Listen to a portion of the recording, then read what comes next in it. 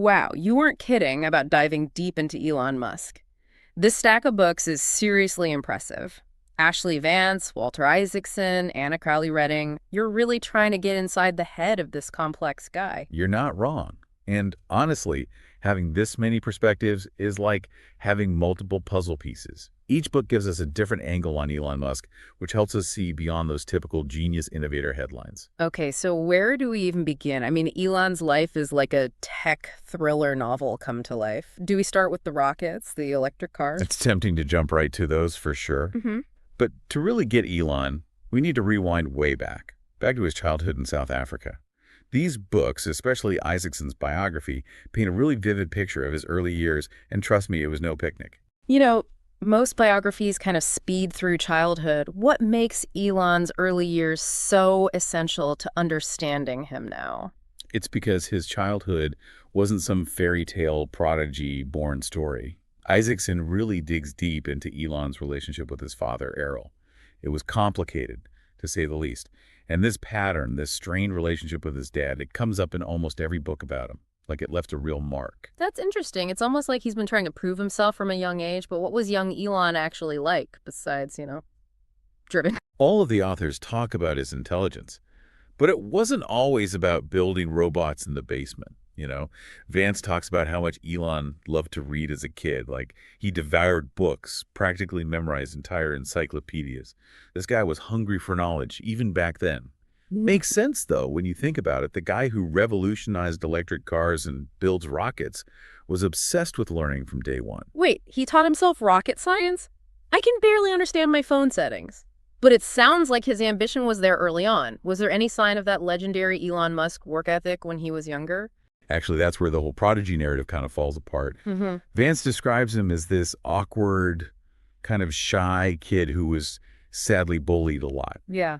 And you can tell it really impacted him. It's like that experience forged a resilience in him, a way of handling pressure and bouncing back from setbacks that most people wouldn't be able to. And we definitely see that throughout his life, overcoming obstacles that would make anyone else want to quit.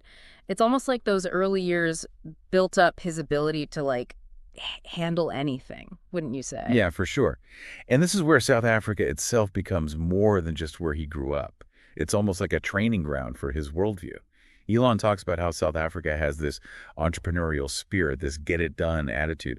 But you also can't ignore the realities there, the inequalities and complexities that all played a part.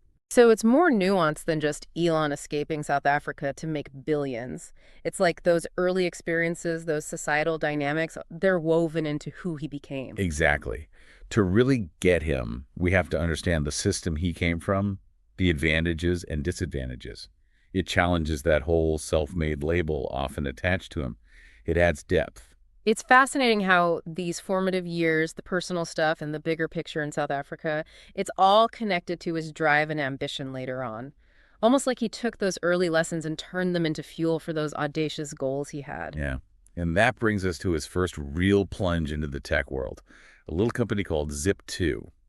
This is where we start to see those early hints of Elon, the relentless innovator. Okay, so this is before Tesla and SpaceX, right? Yeah.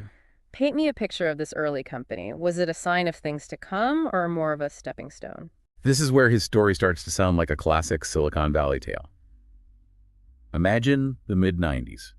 The internet is just taking off, and Elon, fresh out of university, starts an online business directory with his brother, Kimball. Think Google Maps meets Yelp, but way back when, no one really knew what that was. That's pretty ambitious for the time, but come on, this is Elon Musk we're talking about. I doubt he was content with just sleeping on the office floor and eating ramen noodles forever. Right? Not a chance. Zip2 starts to gain traction, catching the attention of Compaq, a giant in the computer industry at the time. And get this, Compaq ends up buying Zip2 for a mind-blowing $307 million Elon's share. A cool $22 million. Not too shabby, right? Talk about a life-changing payday. So is this it? Is this the moment Elon Musk officially becomes, Elon Musk? You could say that. But this is just Act 1 in the Elon Musk saga. The really interesting part is what he does next. He doesn't retire to an island somewhere. Instead, he takes almost all the money from the Zip2 sale and puts it into his next venture, an online payment platform called X.com, which would eventually become the company we all know as PayPal. Hold on. The guy who wants to colonize Mars, the electric car visionary, got his start with something as, well, normal as online payments. Okay, this is where my perception of Elon starts to change a bit. And that's where things get really fascinating.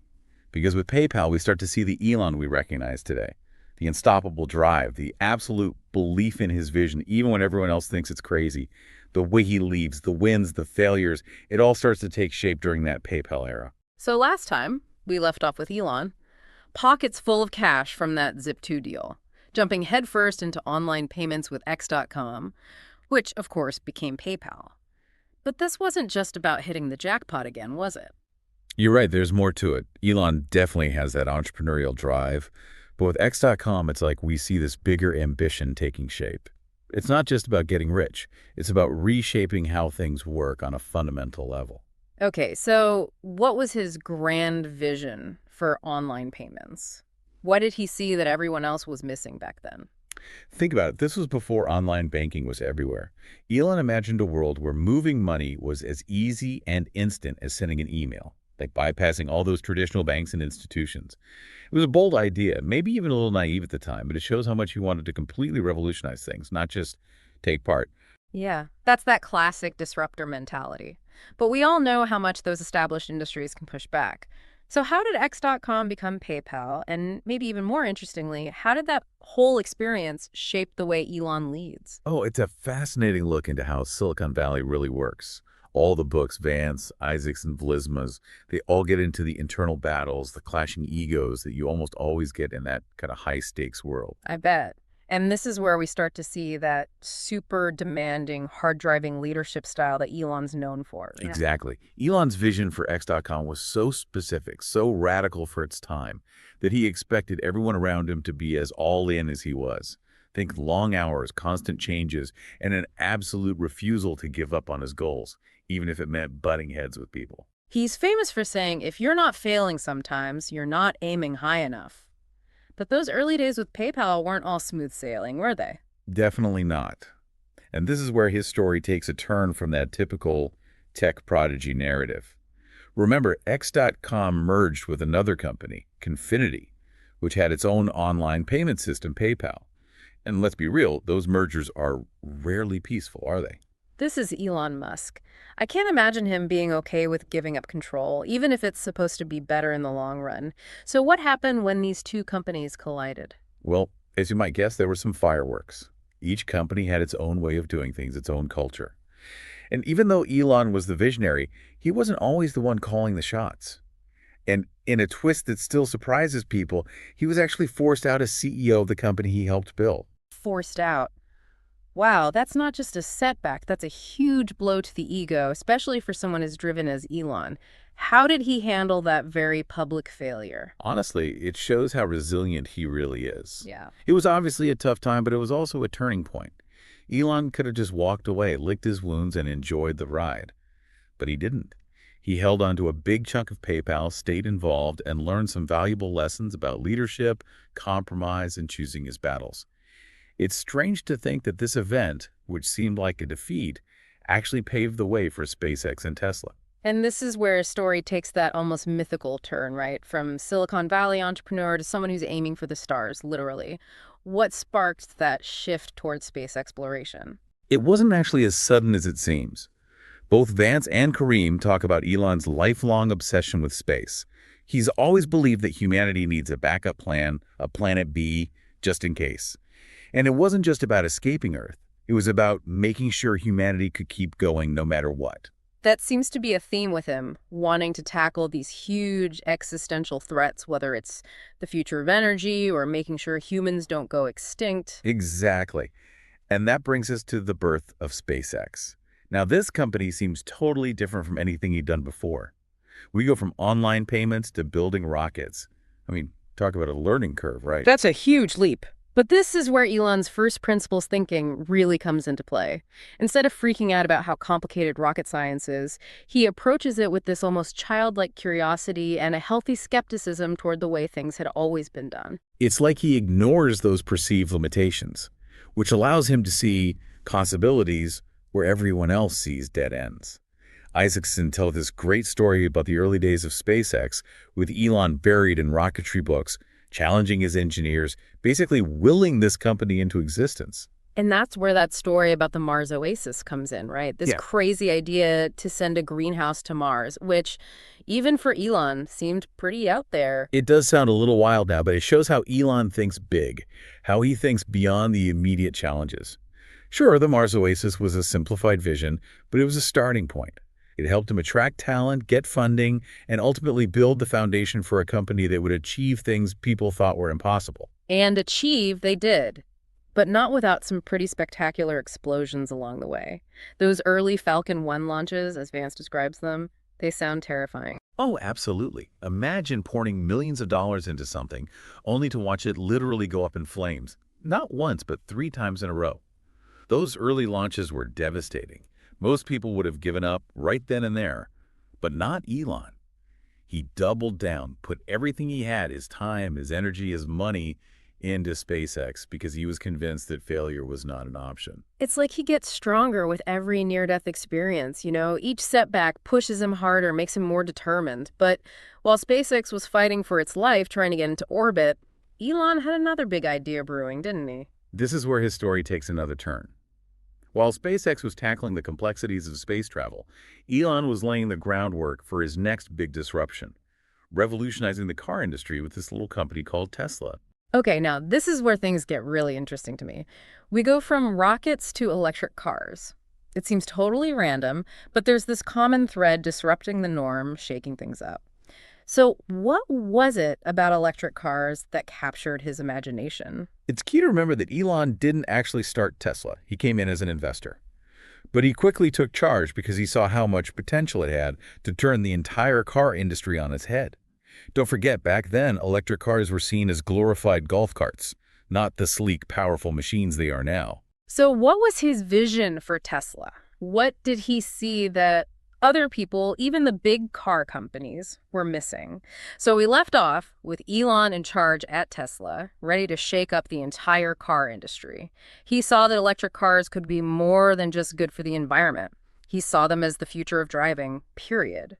So how did he plan to take on those giant car companies that had been running things for decades? He knew that electric cars had to be more than just eco-friendly to really change things. They had to be better, more exciting than gas-powered cars. That's where his obsession with performance and design comes in, which was completely different from what everyone else was doing back then. Right. It's that classic Elon move, disrupt, don't just compete. But this wasn't just about making a cool car, was it? It was about changing the whole system. Absolutely. Elon realized that switching to sustainable transportation meant more than just building a great car. It meant changing the infrastructure, too. And that's where the idea for Tesla's supercharger network comes in. It was a total game changer that solved one of the biggest problems with electric cars: range anxiety. That's so smart and something people don't always think about. It wasn't enough to make a better car. He had to build a whole support system around it. It shows how he thinks long term. Exactly. Other car companies were focused on making small improvements, but Elon was playing a different game altogether. He was thinking 10, 20 years ahead, figuring out what people would need before they even knew they needed it. That's a risky move, though, right? I mean, building a network of charging stations across the country while you're also trying to build a car company from the ground up. You have to be pretty fearless to even try that, even for Elon Musk. There's no doubt that Elon is comfortable with risk, even with being on the edge of failure. But that willingness to go against conventional wisdom, to push the limits of what's possible, that's what allows him to pull off these incredible feats. But that approach, that always-on drive, it has to come at a cost, doesn't it? We've all heard the stories about burnout at his companies, the demanding work environment. How much of that is just Elon being Elon, and how much of it is unavoidable when you're trying to achieve such ambitious goals? Well, that's the million-dollar question about Elon Musk, isn't it? The books we've looked at show both sides. On one hand, you have the super demanding boss who pushes everyone incredibly hard, and then there's the visionary leader who inspires people to achieve the impossible. It's like this weird mix of genius and, well, something a little more unpredictable. Isaacson even calls him king crazy at one point. It's a strong term, but it kind of fits with how dramatic Elon's story is, you know? The ambition, the drive, the flaws, it's all connected. He's not just this one-dimensional character. He's a complex person under a ton of pressure. Yeah. And that comes with his own set of issues and contradictions. And we've talked a lot about his leadership style, but it's not just work where he's so intense, right? Yeah. His personal life, his relationships, as we've seen in these books, they're just as complicated. Multiple marriages, a big family, and yet this sense that he's not really cut out for a conventional life. That's where Vlismas's take on his relationship with his dad is really eye-opening. There's this underlying feeling that a lot of Elon's drive comes from needing to prove himself, to escape his father's disapproval. It's a pattern we see again and again, this need to overcome challenges, to succeed on his own terms. It's like he's constantly in motion, always pushing boundaries, whether it's with rockets or electric cars or even just figuring out his own life. It's inspiring and, to be honest, a little exhausting just thinking about it. And it's important to remember that even though Elon's achievements are huge, not everyone agrees with how he gets things done. The long hours, the pressure cooker environment, those tough decisions, those are all part of his leadership style that people have criticized. It's a bigger conversation than just Elon, isn't it? It makes you think about the cost of progress, the compromises we make in the name of innovation. Exactly. And that's what makes the Elon Musk story so fascinating. He makes us ask those hard questions, grapple with the good and the bad that come with ambition, innovation, and the very idea of progress itself. So where does that leave us? What's the big takeaway after spending all this time with Elon Musk? Is there one answer, one definitive judgment we can make about him and his legacy? That's the beauty of a deep dive like this. We've explored the context, the different perspectives, the good and the bad. But ultimately, it's up to each of you to decide what you think. We've seen his successes, his failures, the contradictions. And what we're left with isn't a simple answer, but a deeper understanding of what drives one of the most influential people of our time. Elon Musk challenges us to think differently, to question everything, and to accept that progress is messy and unpredictable. Whether you admire him, disagree with him, or something in between, there's no question that he's had a huge impact on the world. And I think that's a sign of a life truly lived, a legacy that people will be talking about, arguing about, and maybe even trying to follow for years to come. Thanks for joining us on this deep dive, everyone. It's been quite a ride.